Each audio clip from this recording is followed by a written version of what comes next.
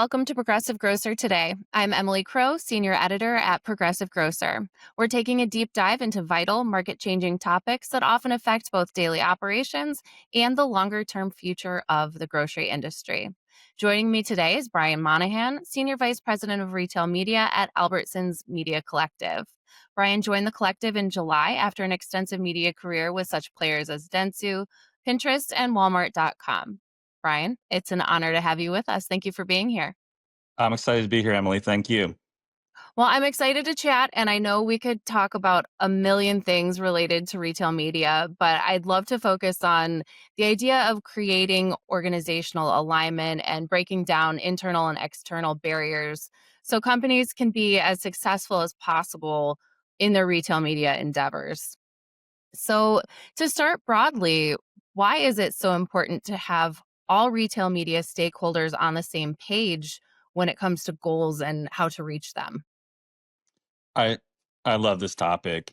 Before I came to Albertsons a few months back, I was working on the consulting side. So I worked for Okay. Dentsu, the advertising holding company, Mhm. working with various brands and retailers about retail media. And more often than not, Emily, the conversation was about org design Wow. and roles and responsibilities and workflow.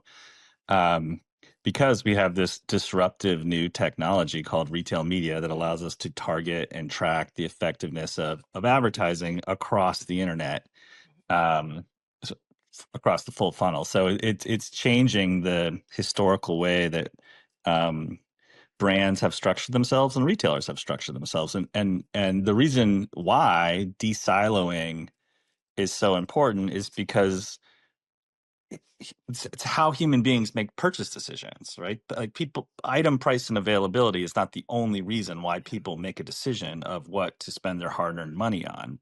Brand awareness and brand preference lift those actions, and we see it time and time again in our data. It's the craft of media planning is predicated on that, and that's how we built brands over the years. So um, the fact that our organizations don't reflect the way our end customers make decisions is an inconvenience that needs to be resolved. So, what goes into de-siloing an organization? What programs, data, business units are involved? I'm sure it's a massive undertaking, but again, so necessary. I mean, one of my former bosses back at Walmart inspired me with a quote. When things get hard, get closer to your customer.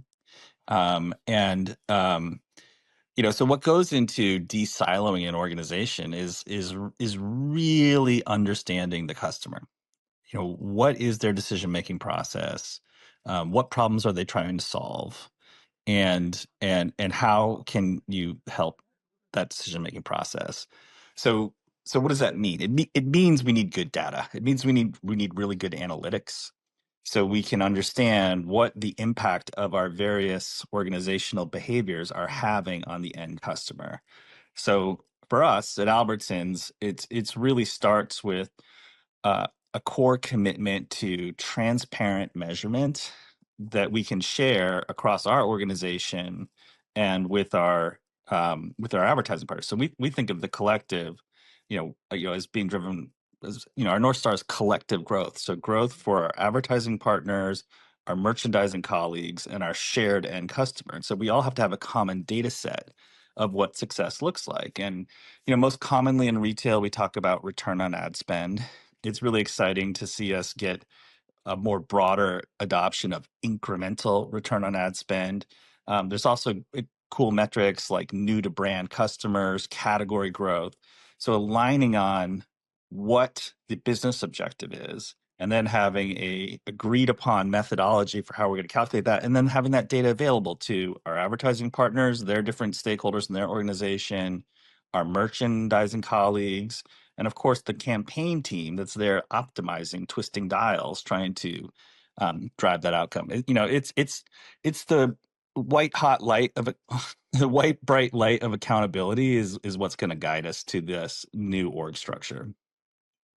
It sounds like a really big job, sort of getting all of those different players aligned. So I'm curious, how is the collective working toward that goal in its own way?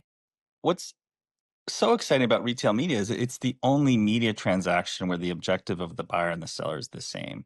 So, Yeah. for us, in terms of moving both parties to the retail media trade forward, it's not that hard because we both have the same goal. So, sure, we have like processes and workflow we need to work out, but we're pretty confident that the results speak for themselves. And, so for us, we are building a retail media platform that is a full funnel Mhm, uh, platform, right? So, um, connected TV, digital out of home, uh, Pinterest, Facebook, programmatic across the internet, on our app, in our websites, in our stores, screens, checkout. So, full funnel.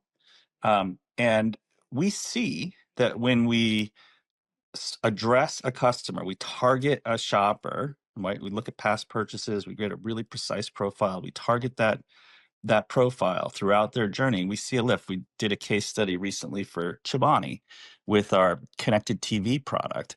And what we saw was compared to our standard benchmarks of performance, just looking at ROAS, like most common metric, mhm, when we layered on that connected TV sort of air cover, upper funnel, reaching people on the big screen in their living rooms, when we layered that on, we saw that our offsite media for Chobani, for the advertiser, had a 43% lift in ROAS versus mhm. our benchmark campaign, like our historic average benchmark. Yeah. And on-site, we saw 69% lift in ROAS.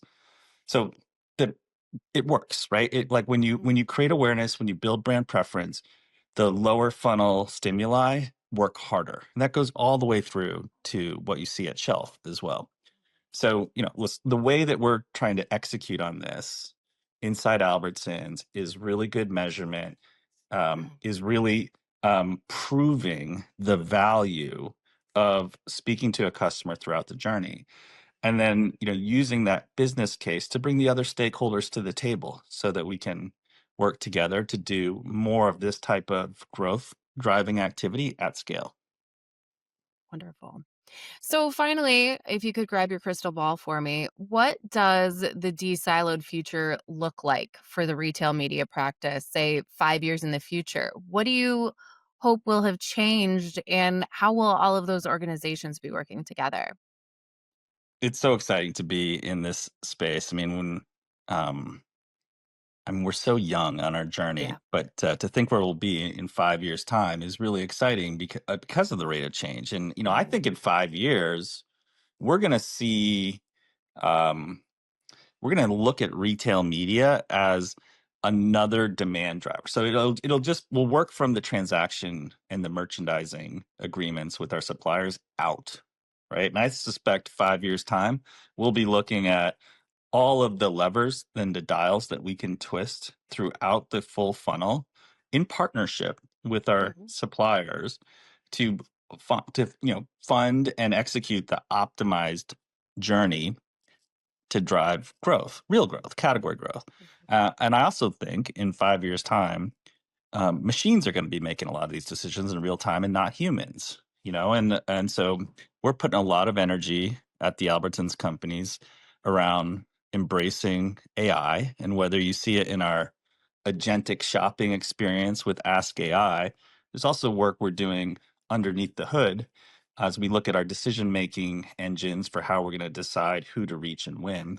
Mhm. We sit on a phenomenal data set at Albertsons by virtue of the 22 banners that we Yeah. operate and the unique real estate footprint we have. So we see like a different type of trip profile than Mhm. some of our competitors. And so we have 22 different trips, Emily, that we've actually taxonomized, Yeah. 22 different trips. And there's some interesting ones in there, right? There's like, of course you have your stock up and your weekly growth trip, but there's also, like a defined trip for Yeah. caring for someone who's sick in your household. There's a defined trip for um, a pet, the needs of a pet, right? And so The reason why I think machines are going to be making these decisions about what to say to whom throughout their full funnel is because people go in and out of different states of needs. And it's like, sure, we know attributes of the household. We know what you've purchased in the past. We can make guesses on what we think you're about to purchase. But having signal about what type of trip you're on, so it's not just who and what, it's why, Mhm. gets really exciting when you start to think of the power of these systems to drive growth. So we're just scratching the surface. We're wiring up the ability to reach a customer through the full funnel. We're building in the metrics so we can see the impact, and we're getting more sophisticated at the machine. At the same time, work going upstream with our colleagues, whether it's in merchandising, whether it's enterprise marketing, whether it's loyalty program, that's inside our company.